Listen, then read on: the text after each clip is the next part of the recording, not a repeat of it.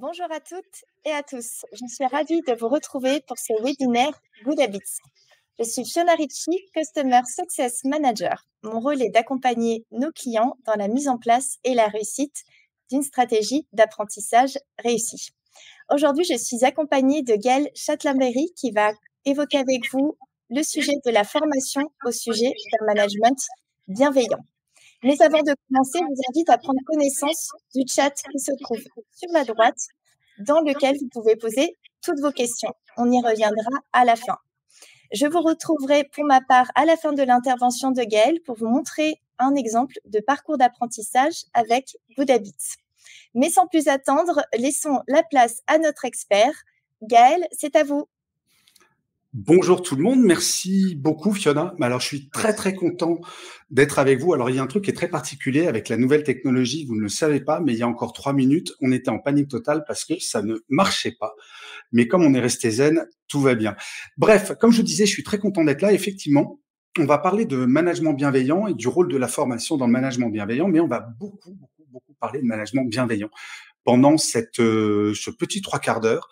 Donc déjà, je remercie toutes les personnes qui sont là. Vous êtes très nombreux. Là, j'ai un écran de contrôle où je vois combien vous êtes. À la fin de la conférence, je répondrai à vos questions si jamais vous en avez. Donc n'hésitez pas dans le chat à mettre vos questions. J'essaierai, dans la mesure du possible, d'y répondre. Ça me fait toujours bizarre de regarder ce petit point bleu. Je vous imagine derrière. J'espère que vous allez bien déjà. Et en fait, je vais commencer par une petite question à laquelle vous allez répondre dans votre tête.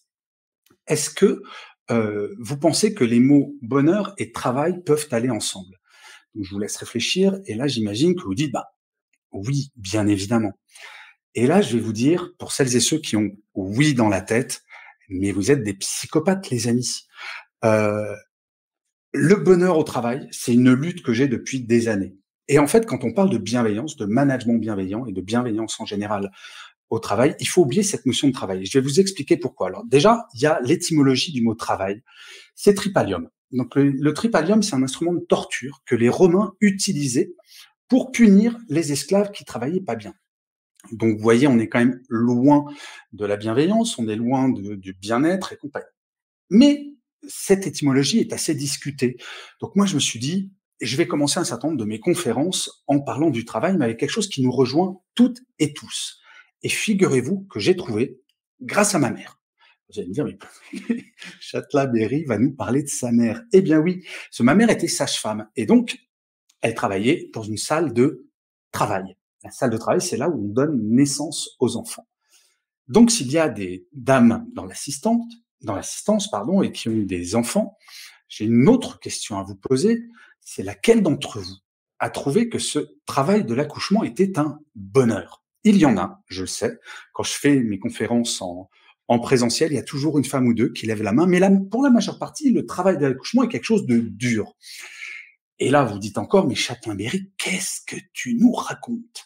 Eh bien, figurez-vous que ce travail qui est dur, nos amis les Grecs, avant Jésus-Christ, longtemps avant Jésus-Christ, se sont dit, mais ce travail qui est essentiel, donner la vie, il est douloureux. Donc, on va amener du bien-être dans ce travail. Et ils ont inventé un métier, le métier de sage-femme. Le métier des sages-femmes, c'est véritablement d'amener du bien-être, d'apaiser les douleurs, de rassurer. Alors, douleur, d'ailleurs, autant physique que psychologique. Mais c'est pas un acquis, parce que quelques siècles plus tard, au XIVe siècle, si je ne m'abuse, XIV ou XVe siècle, on a eu un pape qui s'appelait Innocent VIII. Et Innocent VIII, il relisait sa Bible, j'imagine, et il voit dans la Bible qu'il est écrit « Tu accoucheras dans la douleur ». Et donc il s'est dit « Mais c'est quoi ce bazar ?»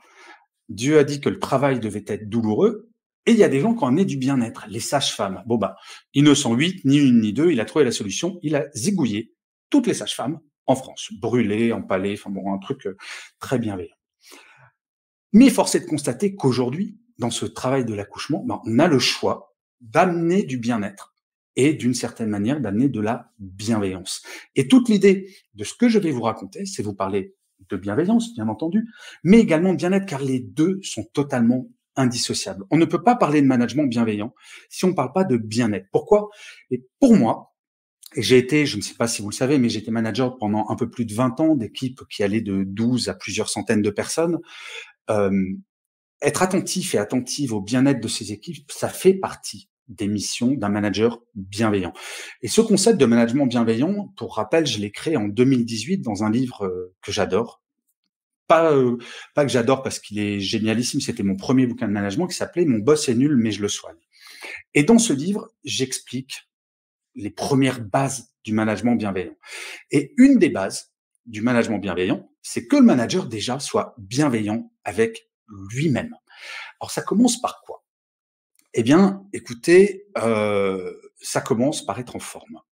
Être bienveillant avec soi, je vais vous poser une question et pareil, je vais vous donner 1 ou 2 secondes pour réfléchir à la réponse. Qui parmi vous est fatigué quand il ou elle se réveille le matin? Vous savez, le côté vivement le week-end.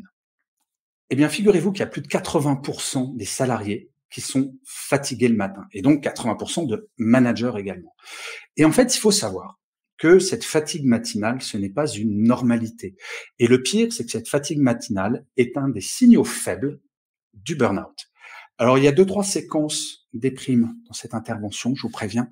Donc, première séquence déprime, 10% d'entre vous, donc regardez le nombre que vous êtes, 10% d'entre vous vont faire un burn-out. Vous m'accorderez qu'un manager en burn-out pour s'occuper de son équipe, c'est pas vraiment le top. Et donc, il est important de prêter attention à ça. Et vous allez me dire, oui, non mais Gaël, t'es bien gentil, mais on a une vie qui est hyper intense, et si on est fatigué le matin, c'est parce qu'on n'a pas le temps. Et là, je vous dis, que nenni, il faut changer quelques habitudes. Et changer ces habitudes, eh bien, je vais vous donner le secret pour ne plus jamais être fatigué le matin. Couchez-vous plus tôt. Au lieu de regarder L'amour est dans le pré, le lundi jusqu'à 23h, quand c'est diffusé, faites un replay et commencez, au lieu de commencer à 21h, commencez à 20h. Bref, trouvez tout ce genre de techniques car, je vous le garantis, un manager qui est bienveillant doit déjà être bienveillant avec lui pour être bien avec lui-même. C'est très compliqué, je ne sais pas si vous avez remarqué, quand on est fatigué ou quand on est une mauvaise humeur, parce que dans notre vie perso, il nous est arrivé quelque chose qui nous a contrariés, c'est plus compliqué d'être aimable avec les autres. C'est plus compliqué d'être à l'écoute de son équipe. Et l'écoute dans le management bienveillant, c'est quelque chose d'essentiel. Et quand je vous parle de changer vos habitudes, j'aime bien comparer nos habitudes à quelque chose qui est animalier. Je vous explique. Je ne sais pas si vous visualisez ces éléphants qui, malheureusement, de temps en temps, sont dans des zoos ou dans des enclos et ils ont une petite chaîne à la patte, mais vraiment une toute petite chaîne et ils n'essayent pas de la casser. Et je me suis posé la question il y a quelques années, mais pourquoi ces pachydermes qui ont une force incroyable ne cassent pas cette chaîne? Et donc, j'ai demandé à un spécialiste en éléphant. Oui, c'est un métier, mesdames et messieurs. Et là, ce spécialiste me dit, mais c'est très simple, c'est quand un éléphant naît, avant même qu'il ne se mette à marcher, on lui met cette petite chaîne. L'éléphanteau n'est pas assez fort pour casser cette chaîne. Les plus têtus vont essayer sans arrêt pendant 1 mois, mais ils n'y arrivent pas. Donc à un moment, ils disent, j'arrête d'essayer. Et ben nos habitudes, c'est exactement ça. On se dit, bah c'est comme ça. Et on va rien changer. Je suis fatigué le matin, c'est une forme de normalité. Mes managers sont pas bienveillants, c'est une normalité. C'est à ça que sert la formation, à casser des chaînes, parfois, à casser des habitudes. Et c'est vrai que quand on prend des gens comme moi, donc qui ont commencé à travailler au siècle dernier, donc petit rappel contextuel pour les personnes qui pensent que je suis un dinosaure et qui se disent « Oh mon Dieu, mais c'est quoi ça ?» Eh ben, j'ai commencé à travailler, il n'y avait pas Internet, bien entendu, il n'y avait pas de smartphone. On commençait à avoir des ordinateurs portables, mais c'est tout juste. Et donc, j'ai pris des habitudes. Et comment est-ce qu'on casse ces habitudes? Bien entendu, la formation est essentielle. S'imaginer qu'avec juste un petit mail envoyé au manager, on dit « Bon, maintenant, vous allez prendre soin de vous et vous allez prendre de vos équipes. Les habitudes vont changer. » Il faut pas rêver. On a pris des habitudes, et là, je parle de ma génération. Je dis pas que la génération X, donc la mienne, on n'est forcément pas bienveillant. Ce que je dis, c'est qu'on a été formé à l'époque avec des codes qui ne sont plus du tout les mêmes. Tout a changé. Et c'est vrai que changer une habitude, ce n'est pas simple. Et donc, on va revenir quand même sur le management bienveillant parce que on est là pour parler de ça. Je crois qu'une des premières choses pour un manager bienveillant, c'est de comprendre que son point de vue n'est pas forcément le point de vue, y compris de la part de ses équipes. Je vais vous montrer, je vais faire un tout petit exercice si je trouve le papier. Oui, je trouve le papier. Vous allez trouver cet exercice complètement débile, mais vous allez comprendre là où je veux en venir. Regardez ça. Vous voyez un 6, j'imagine. OK. Imaginez que toutes les femmes, vous regardiez ça. Et maintenant, je vais demander aux hommes de regarder la même feuille. Et là, c'est un 9. Et pourtant, si on dit, mesdames, vous avez vu des 6 et messieurs, vous avez vu des 9, eh bien, il peut y avoir une opposition. Et moi, je vais dire, mais non, je suis un homme, j'ai vu un 9, je sais que c'est un 9, mesdames, c'est pas un 6.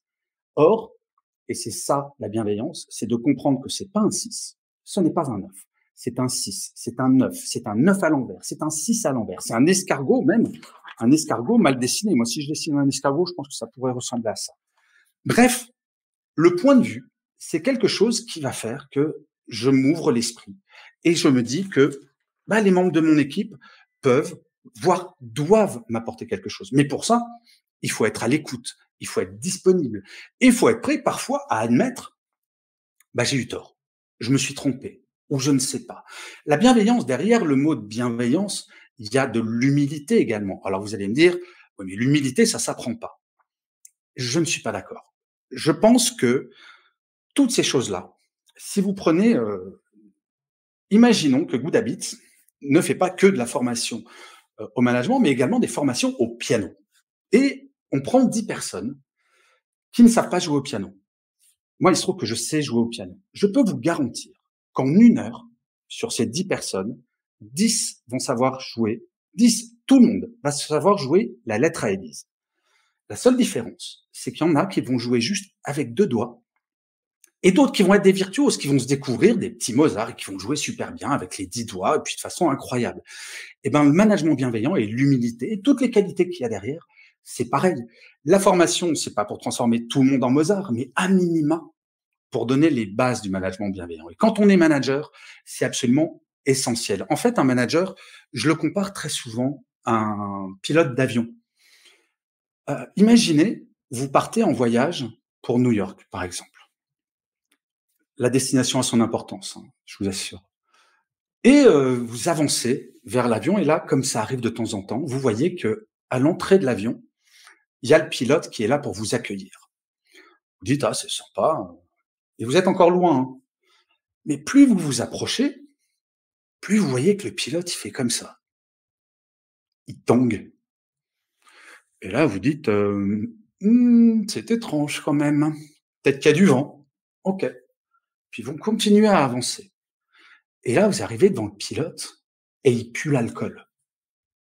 Mais il pue l'alcool. Et là, le pilote, qui est quand même pas idiot, vous dit, parce qu'il voit la peur dans vos yeux, il dit, non mais vous inquiétez pas, j'ai fait la fête avec les copains parce qu'on a fêté le fait qu'on ait eu notre brevet hier de pilote, mais je suis comme ça. Ma question, qui monte dans cet avion? Honnêtement, personne. Parce que je crève de trouille, je vais pas embarquer dans cet avion alors que le type n'a pas les compétences, en tout cas de façon temporaire, pour le conduire. Il a beau me dire, non, c'est bon, je sais piloter, je n'y vais pas. Mais un manager, c'est exactement pareil. Il faut lui donner les clés au travers de formations, notamment, pour qu'il sache comment donner confiance à son équipe. Au siècle dernier, ce qui semblait important, c'était la confiance descendante, la confiance que les managers allaient accorder à leur équipe.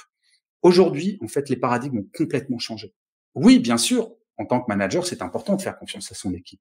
Mais la confiance que j'appelle remontante est devenue absolument centrale.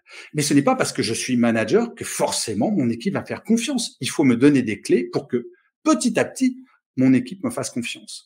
Et c'est là où c'est fondamental de prendre le temps avec les managers pour savoir est-ce que tu utilises ces clés pour que la confiance soit installée et lui apprendre ces clés.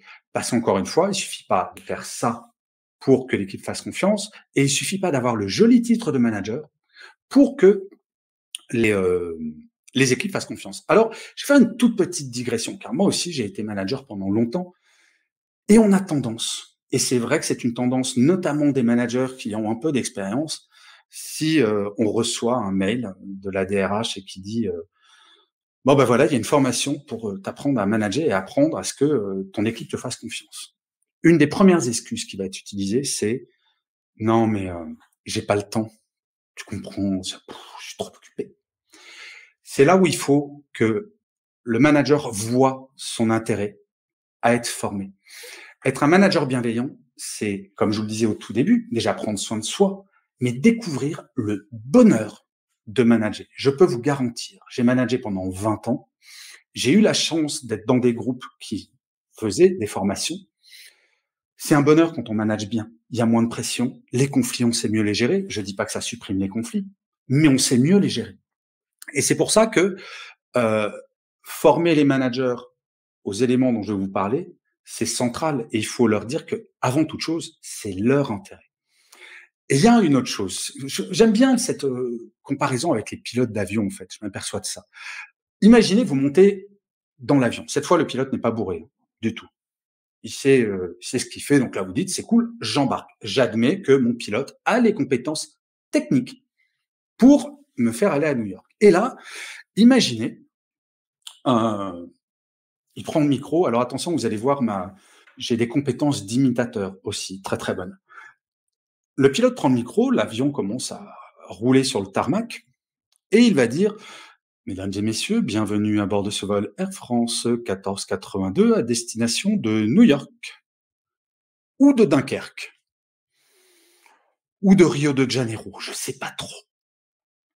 Je sais pas quelle serait votre réaction à vous, mais moi je détesterais. J'ai pris un billet pour aller à New York, et là le manager il est en train de me dire « Non, mais en fait je vais changer de destination ». Mais c'est absolument horrible. La bienveillance, c'est aussi de se tenir, déjà de donner une direction. Moi, perso, je monte pas dans un avion si on me dit pas où je vais aller, sauf si j'ai vraiment rien d'autre à faire, mais il faudrait quand même être un peu fou. Un, je veux qu'on me donne une destination claire. Et deux, je veux pas que cette destination change sans qu'on me le dise. Ce n'est pas au manager de dire, tiens, je vais changer de direction. Encore pire, de changer de direction sans prévenir l'équipe. C'est extrêmement anxiogène. Je crois qu'en fait, tous les éléments dont je vais vous parler, c'est même pas je crois, j'en suis certain, heureusement, je fais cette conférence depuis un certain temps, en fait, tout ce que va faire un manager bienveillant, c'est d'augmenter le bien-être psychologique des équipes. Je veux que mon manager me dise où je vais, je veux qu'il soit compétent pour m'amener là-bas, mais il y a une autre chose avec le pilote d'avion. Imaginez, vous êtes dans votre avion et il y a des turbulences. Le pilote d'avion normal va prendre le micro et dire « Mesdames et messieurs, merci de regagner vos fauteuils et d'attacher vos ceintures, nous allons traverser une zone de turbulence. » Moi, quand j'entendais ça, je crève de trouille en avion. Je me disais « Ok, je déteste les turbulences, je déteste ça. » Mais le pilote, il sait ce qu'il fait, donc je me sens en sécurité. Mais à un moment, j'ai voulu savoir comment ça marchait véritablement. Et donc, je suis allé voir un pilote pour lui demander comment vous savez qu'il y a les turbulences et est-ce que potentiellement, elles peuvent être énormes. Et là, ce pilote me dit « Mais ah oui, il y a des fois, même j'ai cru qu'on n'allait pas s'en sortir. » Mais imaginez si le pilote, il voit une énorme turbulence, et il prend le micro et dit Mesdames et messieurs, je pense qu'on va tous mourir. » C'est pas possible. Et le manager, ça veut pas dire le pilote, il nous ment pas, il nous annonce qu'il y a des turbulences. Juste, il ne dit pas toute la vérité. Et donc, le management bienveillant, c'est aussi ça, d'être capable, en cas de crise, de dire aux équipes qu'il y a une crise, de montrer qu'il va gérer, mais qu'il va pas y avoir de problème pour ça. C'est-à-dire qu'à aucun moment, l'équipe doit se dire, et on l'a bien vu pendant la première crise Covid, pendant les premiers confinements, si les managers qui n'étaient pas formés au management à distance ont été catastrophiques. Parce que le management bienveillant, bien entendu, il y a des règles générales qui s'appliquent aux managers en présentiel et en distanciel, mais sans formation, ça ne s'invente pas le management à distance. Alors ça sera encore un autre sujet dont je pourrais vous parler pendant longtemps, mais rien qu'un exemple à distance. En présentiel, pardon. Et je vais faire le parallèle avec à distance. Un manager bienveillant, en théorie, quand il arrive le matin, il va voir chaque membre de son équipe, dit bonjour, demande est-ce que ça va, et surtout, attend la réponse. On voit tellement de choses dans un regard, on voit tellement de choses quand on se serre la main et quand un collaborateur ou une collaboratrice ne va pas bien, on y prête attention. D'ailleurs, je refais une autre parenthèse, Fiat au Brésil, dans son usine, quand les ouvriers arrivent dans l'usine, ils ont le choix entre appuyer sur 3 boutons. Vert, tout va bien. Orange, ouah, pas top. Mais ça va. Rouge, je me sens pas de travailler. Eh ben, toute personne qui appuie sur le bouton rouge est reçue immédiatement par un représentant de la DRH et par le management.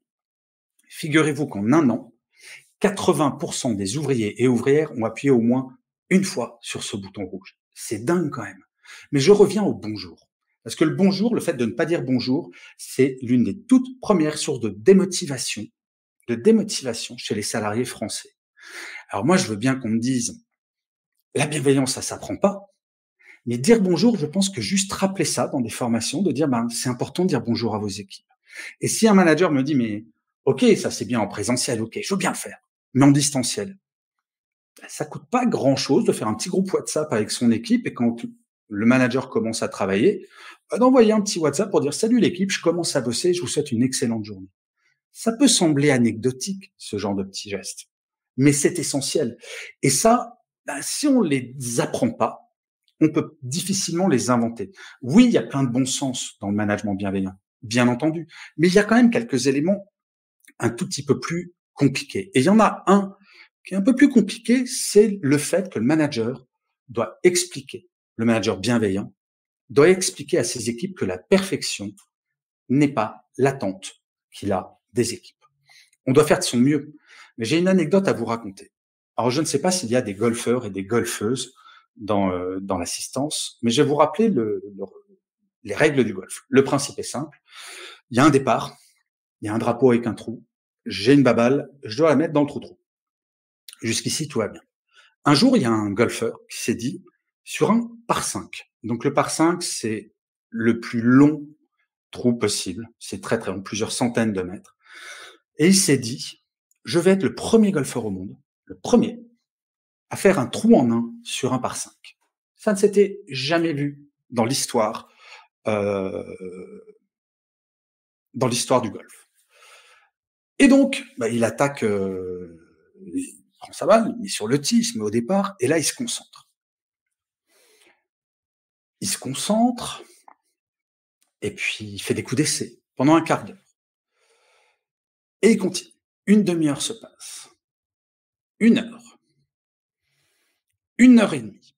Et il y a un truc dans le golf qui s'appelle l'étiquette. L'étiquette fait que, quand il y a quelqu'un qui est au départ du trou, personne ne doit faire le moindre bruit. Ce golfeur continue à se préparer pendant 2 heures. Et il y a plein de monde qui veut jouer. Et ils attendent. Mais l'étiquette veut que on ne dit rien. Au bout de 2 heures, il tape la balle. Et il réussit un trou en 1. Incroyable. Le premier trou en 1 sur un par 5 de l'histoire du golf. Et là, juste après, il y a un petit jeune qui arrive, ça fait 2 heures qu'il attend. Il est super énervé. Il prend sa balle, il la met sur le tee, il tape comme un bourrin. Et au golf, quand on tape comme un bourrin, ça va toujours à gauche, à droite, mais ça ne va jamais au bon endroit. La balle va dans les arbres. Il fait un deuxième coup, ça revient au milieu du parcours. Un troisième, il s'approche. Quatrième, il est au bord du green. 5e coup, très belle petite approche. Il arrive à mettre la balle dans le trou. Je vous rappelle, l'objectif, c'est un par 5, c'est de mettre la balle dans le trou en 5 coups ou moins. Les 2 golfeurs ont donc réalisé leur objectif.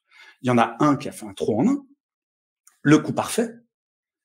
L'autre, pas parfait, mais il a atteint l'objectif. Quelle est la différence entre ces 2 golfeurs? Il y en a un qui a saoulé tout le monde pendant 2 heures. Tout ça pour être parfait. Et ça, il faut déconstruire véritablement cette volonté de perfection. Et le rôle d'un manager, c'est d'expliquer que oui, les erreurs font partie du job. Tout le temps. Il faut arrêter de mettre une pression aux équipes pour aller vers la perfection. D'autant plus que la perfection, ça a un petit côté subjectif parfois. Ce qui va être parfait pour quelqu'un le sera moins. Et je crois que c'est ça qu'il faut réapprendre. C'est la perfection. On l'oublie. Et l'autre chose, c'est de savoir, et quand on est un manager bienveillant, c'est l'une des choses les plus importantes, donner le droit à l'erreur à ses équipes. On a dans notre culture un peu la hantise de l'erreur. Vous savez, on aime bien se flageller avec des orties fraîches pour dire tout ce qu'on fait mal, mais on dit rarement tout ce qui va bien. Un manager bienveillant, il va faire du feedback parfois constructif ou négatif, comme on veut, mais il doit faire aussi du feedback positif. Et le feedback positif, c'est pareil, ça s'apprend. Je pourrais vous faire une conférence entière sur le feedback. Il s'agit pas juste d'aller voir ses collaborateurs, collaboratrices pour dire ouais, super. Alors c'est bien de temps en temps de dire juste ouais, super au détour d'une machine à café. Mais faire un feedback, si on ne l'a pas appris, je dis pas qu'on va pas savoir en faire du tout, mais on va mettre beaucoup de temps à l'apprendre. Et faire du feedback, c'est une des clés non seulement de motivation, mais de fidélisation des équipes. Personnellement, si j'étais, d'ailleurs, quand j'étais en entreprise, j'ai eu parfois des managers qui ne faisaient absolument aucun feedback. C'est compliqué quand on est dans une équipe, de pas savoir si mon boulot est bien ou pas. Et apprendre à faire du feedback, ça va être justement ça, d'expliquer au manager, non, mais le feedback, ça se fait pas une seule fois par an pendant l'entretien annuel. Ça se fait tout au long de l'année. J'aime à comparer le feedback en entreprise à la vie personnelle. Imaginez, vous êtes en couple et votre compagnon ou votre compagne vous fait une crasse. Un truc vraiment, vous n'aimez pas. Mais vraiment pas du tout. Moi, ça m'intéresserait vraiment de savoir s'il y en a parmi vous qui vont se dire, tiens, tu m'as fait une crasse, je vais le noter sur mon calepin et je t'en parlerai à ton entretien annuel. Personne fait ça dans sa vie perso. On prend le compagnon ou notre compagne, on en parle, on traite le sujet et on avance. Ça, c'est la normalité. Mais il y a des managers, je peux vous garantir, qui, quand il y a une boulette qui est faite ou quand il y a quelque chose qui ne lui plaît pas, vont noter ça. Puis ils vont faire du feedback pendant l'entretien annuel. Tu te rappelles, le 18 septembre 2023, tu as fait ça. Enfin, ça n'a pas de sens. D'où l'importance de faire un feedback en permanence. Et je reviens sur le droit à l'erreur. Il est d'autant plus important, ce droit à l'erreur, qu'un manager bienveillant doit savoir que c'est parfois source de créativité. Vous savez, il y a même des entreprises qui ont créé des journées de la loose. Rien que le nom me fait rire. Et la journée de la loose, c'est une fois tous les trimestres ou une fois tous les semestres. Vous avez tous les services qui se rencontrent, qui se réunissent, pour raconter leur loose du trimestre.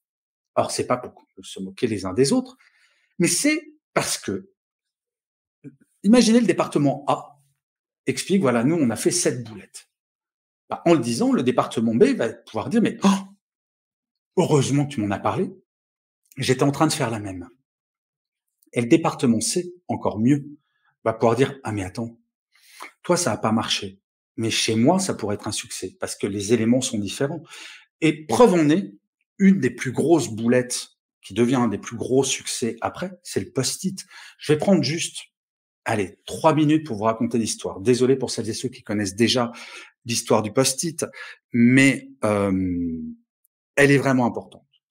C'était dans les années 50, donc post-it. 3M, son métier, c'est de faire des cols qui collent. À l'époque, il faisait que ça. Et à un moment, le PDG voit qu'il y a des concurrents qui arrivent sur la colle qui colle. Et donc, il constitue 3 équipes d'ingénieurs. Et le brief est le suivant. Voilà, les amis, vous êtes 3 équipes d'ingénieurs. Je vais vous donner beaucoup d'argent pour faire du développement et je veux que vous m'inventiez des colles qui collent plus. 2 ans se passent, des millions sont investis. 2 équipes inventent une colle qui colle plus. J'imagine le PDG content. Et une équipe invente une colle qui colle pas. Alors, j'imagine très bien le PDG en train d'aller voir cette équipe en disant, les gars, je vous ai donné l'argent pour faire de la colle qui colle plus, vous m'inventez de la colle qui colle pas. Il y a quelque chose qui va pas. Je vais dire, il y a quelque chose qui colle pas. J'imagine dire ça.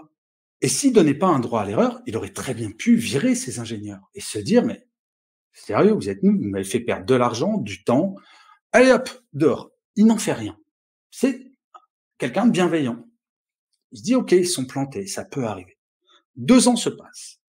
Et il se trouve que ce PDG est très croyant, très pratiquant. Et un dimanche, il est à la messe, il est au temple, et il est avec son missel imprimé sur des feuilles très très légères. Et il écoute le prêche du pasteur, et il se dit, ça serait quand même super si je pouvais mettre des marque-pages pour savoir, pour retrouver les passages de la Bible qui sont évoqués par le pasteur. Et il dit, mais si je mets de la colle qui colle sur ma Bible, je vais la massacrer. Et là, il se rappelle de ces 2 ingénieurs. En fait, cette équipe d'ingénieurs qui a inventé de la colle qui colle pas. Et là, bien lui en a pris de pas avoir viré ces gens. Parce que la semaine suivante, il leur dit, mais, et si on mettait cette colle qui colle pas sur du papier? Et le post-it est créé. Quelques années plus tard, les premiers post-it sont vendus. Et des décennies plus tard, c'est encore un énorme succès commercial. Tout ça pour dire qu'un manager bienveillant doit toujours mettre l'humain au centre de tout. Mais encore une fois, Notre culture n'aime pas les erreurs. Si on n'apprend pas, si on ne forme pas les managers pour leur expliquer que, un, leurs équipes n'ont pas à être parfaites, que deux, elles ont le droit de faire des erreurs, eh bien forcément, on va tomber sur le côté exactement comme les profs. Vous savez, rappelez-vous quand on était petit, qui soulignaient en rouge tout ce qu'on faisait mal. Ben, ce qu'il va falloir faire maintenant, c'est non seulement arrêter de souligner tout en rouge, parfois apprendre à souligner en vert, mais quand on souligne en rouge, non pas de taper sur la tête des gens, mais au contraire de les faire grandir, de leur apprendre, de faire en sorte qu'ils ne se sentent pas humiliés humainement. En fait, je résume toujours le management bienveillant à ceci. Toujours mettre l'humain au centre de tout. Et pour qu'un humain se sente bien, il faut donner un sens à son action. Alors, donner du sens au travail, on en parle depuis des années et des années. Et je sais pas vous, mais avant la pandémie, longtemps avant la pandémie, quand j'ai commencé à écrire sur ces sujets, j'avais un peu de problème à comprendre véritablement ce que voulait dire cette notion de sens. Et un jour, il y a le patron d'une entreprise qui m'appelle, d'une usine, il m'appelle en disant: Gaël, j'ai un problème, j'ai de plus en plus d'ouvriers et d'ouvrières qui démissionnent. Et je lui demande: mais quel est votre métier? Et là, il me dit: ben, je fais des vis et des boulons. Je ne lui dis rien, mais je lui dis: effectivement, ouvrier à la chaîne pour faire des vis et des boulons, ça doit pas être exaltant. Mais je vais visiter son usine qui était dans le sud-ouest à l'époque. J'arrive sur l'usine et moi, je m'attends à voir une usine qui fait des vis et des boulons pour Leroy Merlin, Casto, enfin toutes ces enseignes-là. Et là, pas du tout. J'arrive dans une usine où tout le monde est Charlotte blanche, habillé en blanc, avec enfin un truc, c'est un laboratoire. Et là, je dis au PDG: mais c'est étrange, vous faites pas des vis et des boulons? Elle me dit: bah si. Et vous les vendez à qui? Ah ben nous, nos clients, c'est l'aérospatiale, c'est Thales, c'est Boeing, c'est Airbus. Je fais: waouh, mais je savais pas du tout. Mais vos ouvriers, ils le savent? Je dis: bah ouais, bien sûr, ils savent au recrutement pourquoi sont faits les produits. Mais je dis: mais par exemple, est-ce qu'il y a quelque chose qui a utilisé récemment vos produits? Ah bah justement, la semaine dernière, Orange a lancé une constellation de satellites pour préparer l'arrivée de la 5G. Et là, je lui dis: mais est-ce que vos ouvriers sont au courant de ça, de la 5G, de ce... Et là, il me dit, et je vous jure que c'est vrai, cette phrase extraordinaire: non mais Gaël, je vais quand même pas perdre un quart d'heure toutes les semaines pour leur expliquer ce qui se passe dans l'entreprise. Et là, j'ai eu une sorte d'illumination, et c'est à ce moment-là précis que j'ai compris l'intérêt de donner du sens au travail. Petite mise en situation. Imaginez, un des ouvriers de ce monsieur est célibataire. Et donc, il décide de s'inscrire sur une application de rencontre, peu importe laquelle, que ce soit Mythique, Tinder, peu importe. Et il va à un date, son premier date. Sauf que là, on est dans la configuration où son patron ne lui explique pas toutes les semaines, en un quart d'heure, tout ce qui s'est passé la semaine d'avant. Le date avec la dame se passe bien, et à un moment, dans ce genre de situation, la femme demande: tu fais quoi comme métier? Et là, bah, l'ouvrier baisse un peu les yeux, il fait: des vis et des boulons. C'est vrai que dans l'absolu, il n'a pas de raison d'être fier. Son travail, finalement, se limite à faire des vis et des boulons. Imaginez ce même ouvrier. Sauf que là, son PDG, son patron, toutes les semaines, lui explique où sont allés les produits. Là, en l'occurrence, à l'arrivée de la 5G. Même date. La dame dit: tu fais quoi comme métier? Et là, l'ouvrier, au lieu de baisser les yeux, dit: ben, tu as un téléphone? La dame: oui. Eh ben, figure-toi que, en fait, moi, je produis des vis et des boulons, et que mes vis et des boulons vont sur des satellites, par exemple, entre autres. Eh ben, grâce à ces produits-là, dans quelques mois, quelques années, tu vas avoir la 5G, parce que je participe à ces projets-là. Donner du sens au travail, c'est exactement cela. Permettre à toutes les personnes, quel que soit le niveau hiérarchique, quel qu'il soit, eh ben, de faire en sorte que la personne se sente fière et puisse revendiquer fièrement ce qu'elle fait. Et souvent, si encore une fois, on n'explique pas ces choses-là au manager, souvent un manager peut prendre un peu le melon et penser qu'il est plus important ou elle est plus importante que l'équipe. C'est qu'il n'y a pas un maillon de la chaîne qui ne soit pas important. Je vais vous citer une grande philosophe, ma grand-mère, elle répétait toujours: la force d'une chaîne se reconnaît au maillon le plus faible. Et bien, le maillon le plus faible, il peut se situer absolument partout. Un exemple, euh, fut un temps, j'étais, enfin non, je suis toujours dans plusieurs banques, mais il y avait une banque, j'étais depuis toujours. Et à un moment, la personne à l'accueil a changé, il y a une quinzaine d'années. Et je vous promets que la personne à l'accueil, quelques fois où je suis allé dans cette agence, c'est horrible. C'est-à-dire que la personne ne sourit pas, est sur son téléphone, parle mal, une horreur absolue. Mais c'est pas cette personne qui est une mauvaise professionnelle. Du tout. C'est que son patron, enfin, les patrons et patronnes d'agences respectives qui se sont succédés, comme ça se passe souvent dans les banques, n'ont jamais expliqué que le métier le plus important de l'agence, c'était le sien. Que accueillir les clients, c'est fondamental. J'aurais pas été client de cette banque, je suis accueilli par cette personne, mais jamais je vais ouvrir un compte chez eux. Et donc, donner du sens, ça a de l'importance pour ça.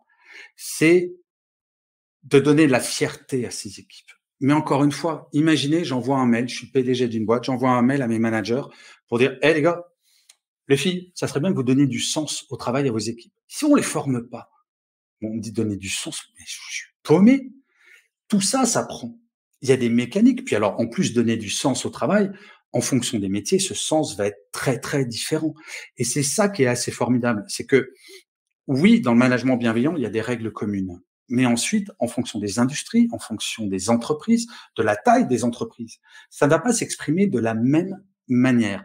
Et il faut bien intégrer ce genre de choses. Alors, dans le management bienveillant, vous savez, je pourrais vous en parler pendant des heures et des heures.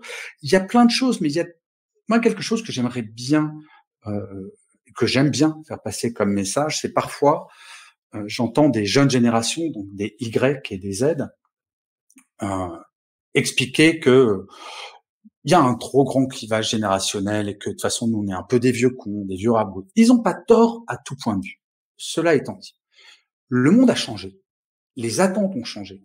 Mais je vois de plus en plus de gens de ma génération qui réalisent que l'équilibre vie pro, vie perso auquel aspirent ces jeunes générations, il est absolument fondamental.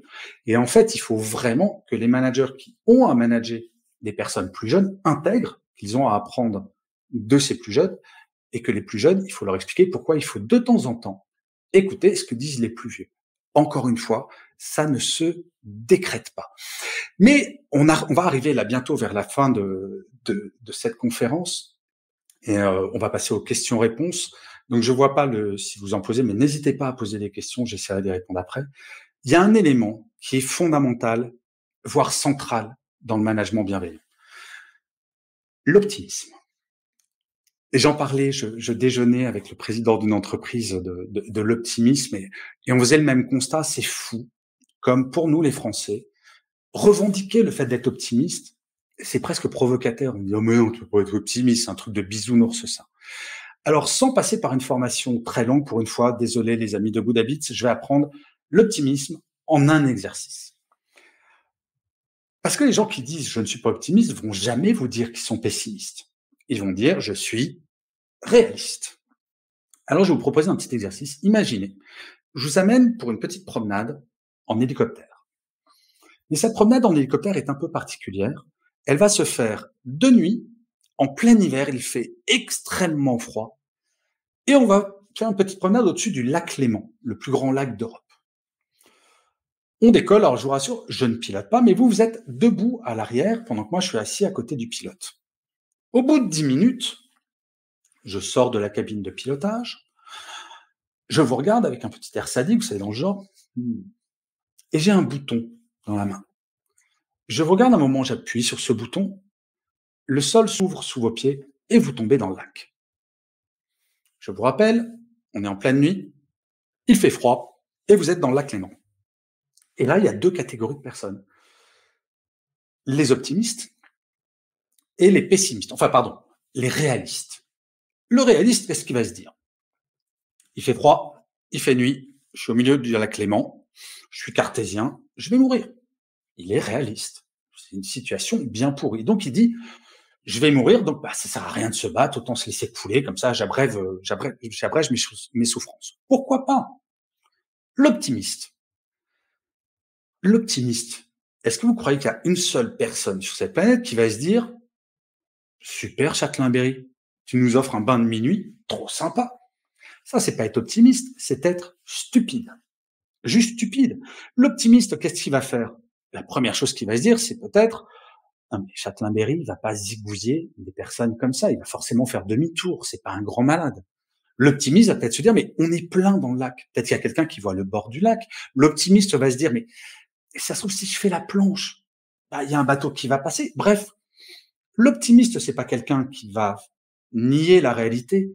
C'est quelqu'un qui va se dire, quelle que soit la situation dans laquelle je suis, j'ai une solution à chercher et que peut-être que je vais m'en sortir. Eh bien, le rôle du manager bienveillant, c'est quelle que soit la crise, quelle que soit la difficulté, de faire passer ce message aux équipes. Moi, j'ai vu parfois en entreprise, quand il y avait des crises, en entreprise, dans la vie en entreprise, il y a forcément des crises, il y a forcément des problèmes, des choses, des tensions. Bah, quand un manager est réaliste, comme on dit, donc il dit ouais, c'est la merde, ouais, je pourrais sûrement s'en sortir. Toute l'équipe va l'être.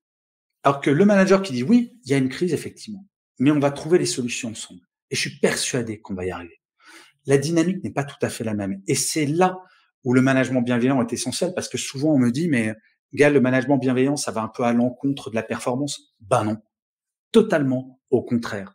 Donc si jamais vous êtes RH ou DRH et vous vous dites, mais si je parle de bienveillance à mes managers, ils vont me renvoyer dans mes 22 puisqu'ils vont me dire, ah, c'est un truc de bisounours. Ben non. Effectivement, les équipes se sentent mieux, mais c'est au service de la performance. Ça fidélise. Ça permet faciliter le recrutement. Moi, je peux vous dire, je vois de plus en plus d'entreprises qui ont des problèmes et qui forment leurs managers parce que même s'ils acceptent, même s'ils arrivent à recruter, parfois il y a des démissions pendant les périodes d'essai tellement le manager ne sait pas manager. Et donc, il faut aussi former les managers au recrutement. Comment est-ce que je fais passer le message que je suis un manager bienveillant pendant un entretien de recrutement? Il ne s'agit pas de dire juste au candidat, moi, je suis un manager bienveillant. Non, il faut donner des éléments. Bref, le management bienveillant, c'est un outil au service de l'entreprise et aussi au service des équipes. Bref, tout le monde a à y gagner. Et c'est pour ça que je suis toujours enthousiaste quand je vois, mais ça fait 8 ans que j'ai créé ce concept. Ça faisait un peu rire il y a 8 ans et maintenant, ça devient un peu une évidence.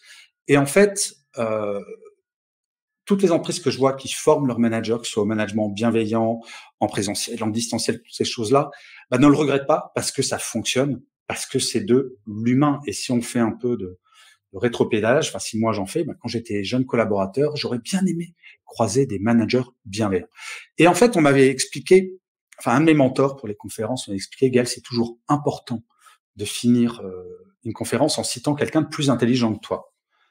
Donc j'ai pris une citation d'Albert Einstein, vous voyez, comme ça je prends pas trop de risques. Et il disait quelque chose, je trouve, qui s'applique beaucoup au monde de l'entreprise et au monde des RH auquel vous appartenez. C'est la vie, c'est exactement comme une bicyclette. Pour pas perdre l'équilibre, il faut avancer. Et je trouve que former les managers et amener de la bienveillance en entreprise, changer parfois les cultures d'entreprise, les faire évoluer, c'est ça avancer, c'est ça qui rend que nos métiers sont absolument formidables. Je vous remercie 1000 fois pour votre attention et on va passer aux questions et aux réponses. Alors, on a un petit problème technique, donc là, il va falloir que les gens de Good Habits m'appellent sur mon téléphone pour que je puisse vous voir. Parce que je ne vois pas le chat, là, les amis. Ah, je vois Fiona revenir.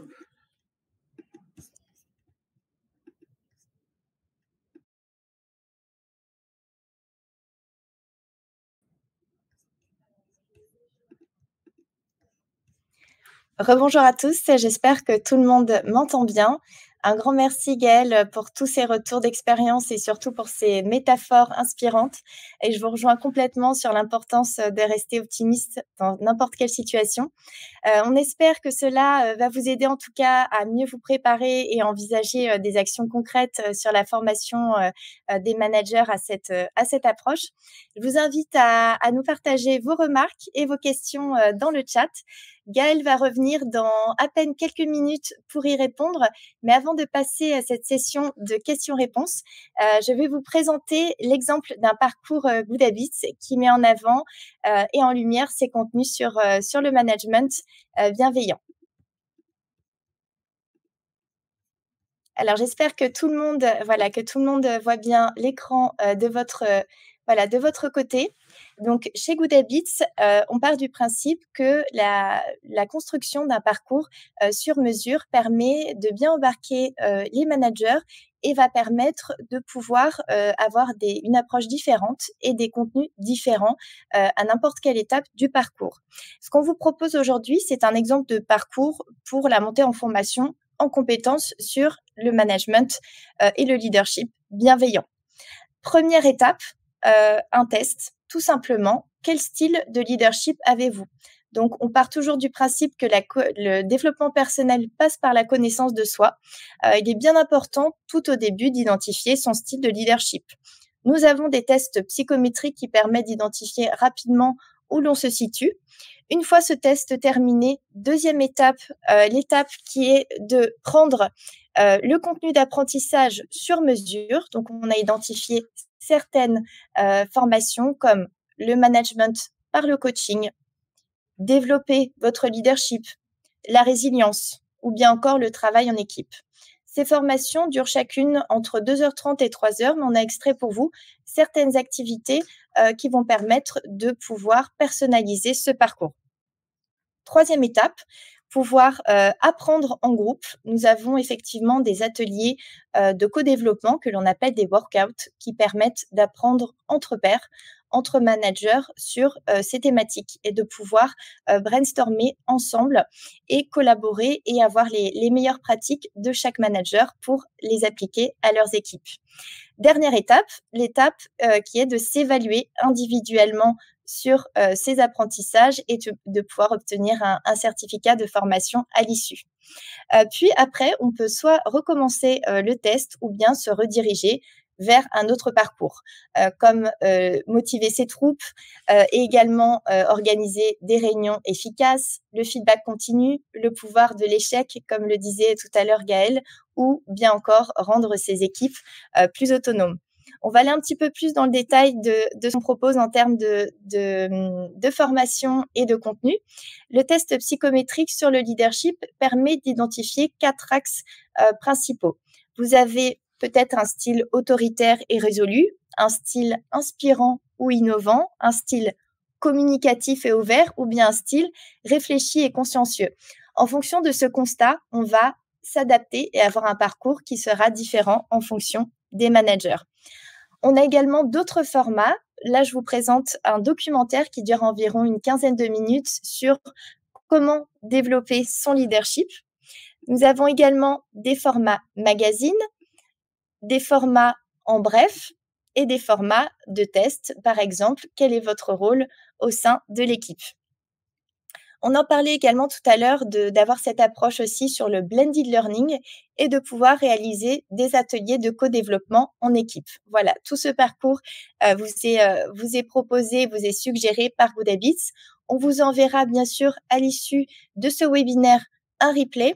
L'exemple du parcours vous sera envoyé et je laisse maintenant Gaëlle reprendre la parole pour pouvoir répondre à toutes les questions qui ont été posées dans le chat. Quant à moi, je vous dis à très vite et à très bientôt avec Good Habits.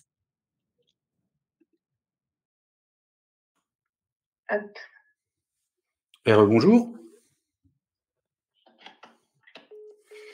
Alors, vous m'entendez bien? Je pense que Yonette peut faire un petit comme ça pour savoir si... Eh ben, c'est fort.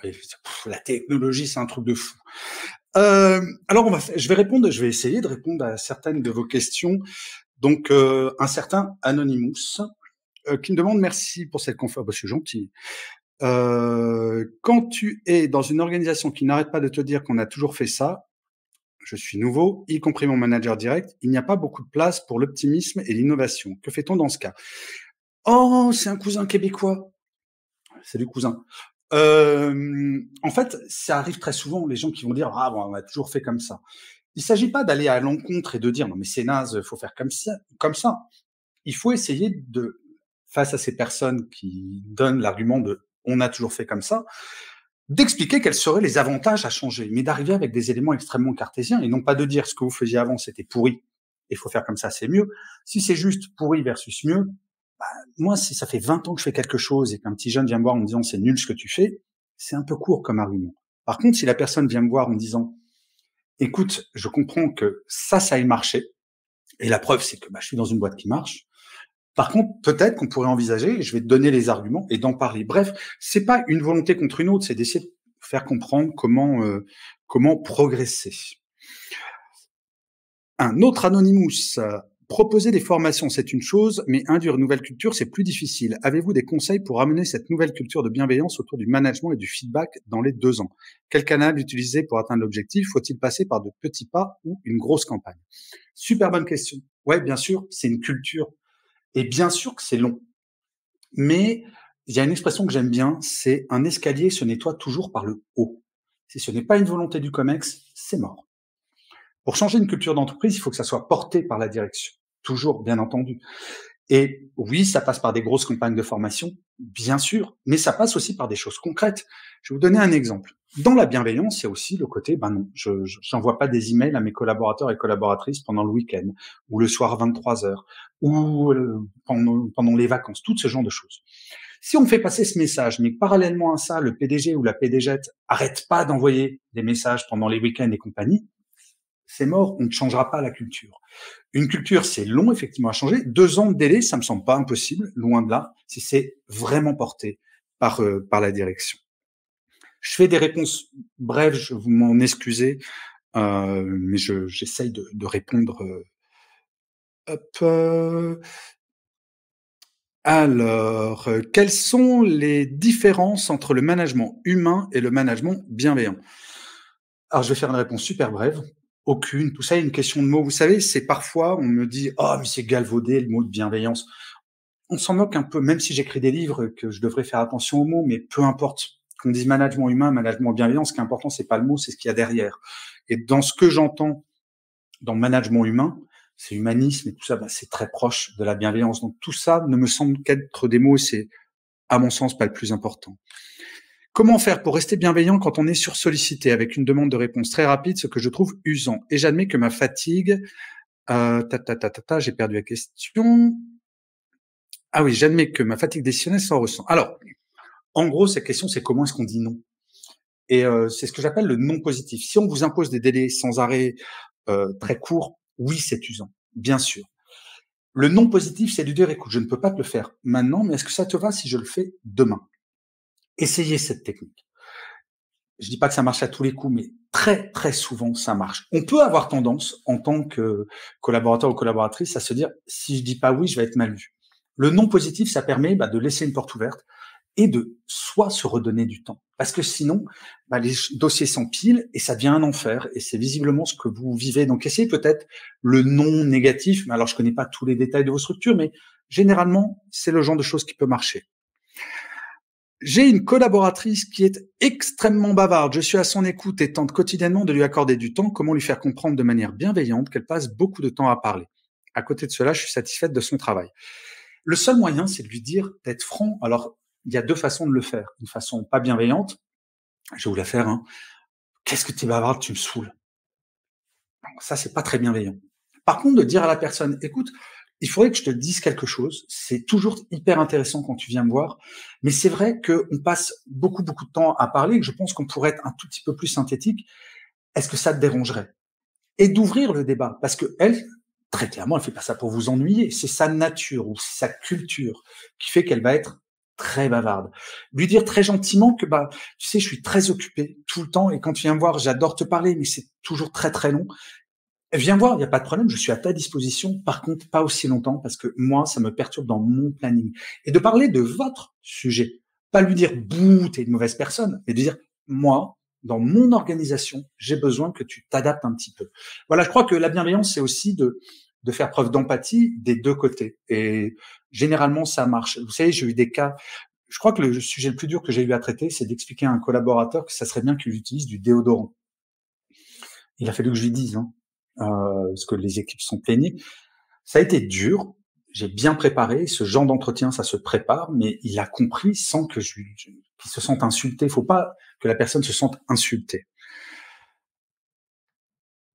Qu'est-ce qui a fait que tu sois passé au management bienveillant? Quel était le déclic? Une évidence en fait. C'est je sortais d'une expérience professionnelle qui était pas top, assez dure, et j'avais pas très envie de revenir en entreprise, et donc j'ai commencé à écrire sur LinkedIn un article qui s'appelait Le management bienveillant, l'avenir du management. Donc je venais d'inventer cette association de mots, et il se trouve qu'encore à ce jour, c'est l'article le plus lu sur LinkedIn France, plusieurs millions de vues. Et donc, vu le succès de ce truc, je me dis, il y a quelque chose. Et donc, j'ai écrit mon premier livre autour du management bienveillant. Mon boss est nul, mais je le soigne. Après sont venues les conférences. Après est venu mon podcast, Happy Work. Celles et ceux qui ne le connaissent pas, il y a 1400 épisodes de retard, donc bon courage. Et voilà, je suis venu au management bienveillant comme ça. Alors, je vais prendre encore une ou deux questions. Est-ce que les plus âgés ne sont pas plus bienveillants parce qu'ils ont confiance en eux-mêmes alors que les plus jeunes ont été formés aux nouvelles idées? Je crois pas, vous savez, je crois pas que la bienveillance ou la bêtise est un âge, en fait. Je crois que ça s'apprend. C'est pour ça, j'étais ravi que Good Habits m'appelle pour faire cette intervention parce que la formation, c'est absolument central. Quelqu'un qui est idiot sera idiot toute sa vie, quel que soit son âge. Quelqu'un qui n'est pas bienveillant sera pas bienveillant toute sa vie si on n'explique pas comment devenir bienveillant. Alors c'est vrai que le fait d'avoir de l'expérience enlève cette sorte d'insécurité qui va faire qu'on peut de temps en temps être agressif parce qu'on se sent pas sûr de soi. Donc non, je ferai pas de lien entre l'âge et la bienveillance. Mais comment dire? Je crois profondément que si on forme les managers, quel que soit l'âge, il y a moyen que ça se passe très très bien. C'est ça que moi je trouve parfait. Alors, je prends cette dernière question et après je vais devoir vous abandonner, les amis, malheureusement. Que proposez-vous Que proposez-vous pour proposer des formations à des managers occupés à 100% dans l'opérationnel, ayant la tête dans le guidon tout le temps et je n'ai pas le temps? Alors ça, je pense que Good Habits, ils ont des bons discours à vous donner pour libérer du temps. Mais moi, je me rappelle quand j'avais des managers dans mes équipes qui refusaient de se former, de dire ouais, j'ai pas le temps. Je leur expliquais que mais prends ce temps de la formation, ça va t'en faire gagner pour après. L'idée, c'est de sortir la tête du guidon en leur faisant comprendre que oui, certes, pendant quelques jours, bah, ils vont moins travailler, ils vont faire de la formation, mais que de cette formation, ils vont tirer un tel bénéfice que ce temps-là, il va être regagné, mais extrêmement rapidement. Donc le discours, il est vraiment là de faire comprendre aux managers que c'est pas du temps perdu. Je crois que c'est assez essentiel, en fait. Voilà, les amis. Mais écoutez, je vais vous laisser. J'étais très content d'être avec ce petit point bleu et toutes les personnes qui étaient là. En fait, j'aime bien quand je suis en distanciel, je vais finir en fait cette intervention comme je finis tous mes podcasts Happy Work en disant surtout, les amis, prenez soin de vous, c'est le plus important. Prenez soin de vous, prenez soin de vos proches et tout va bien se passer. À très bientôt, les amis. Salut. Un grand merci Gaël pour son intervention. N'hésitez pas à cliquer sur le lien qui a été transmis par nos équipes pour pouvoir laisser vos avis sur ce webinaire. Merci à tous pour pour vos questions, pour votre bienveillance. Un lien du replay sera envoyé avec également le parcours d'apprentissage. Prenez soin de vous, comme le disait Gaël, et à très bientôt avec un nouveau webinaire Good Habits.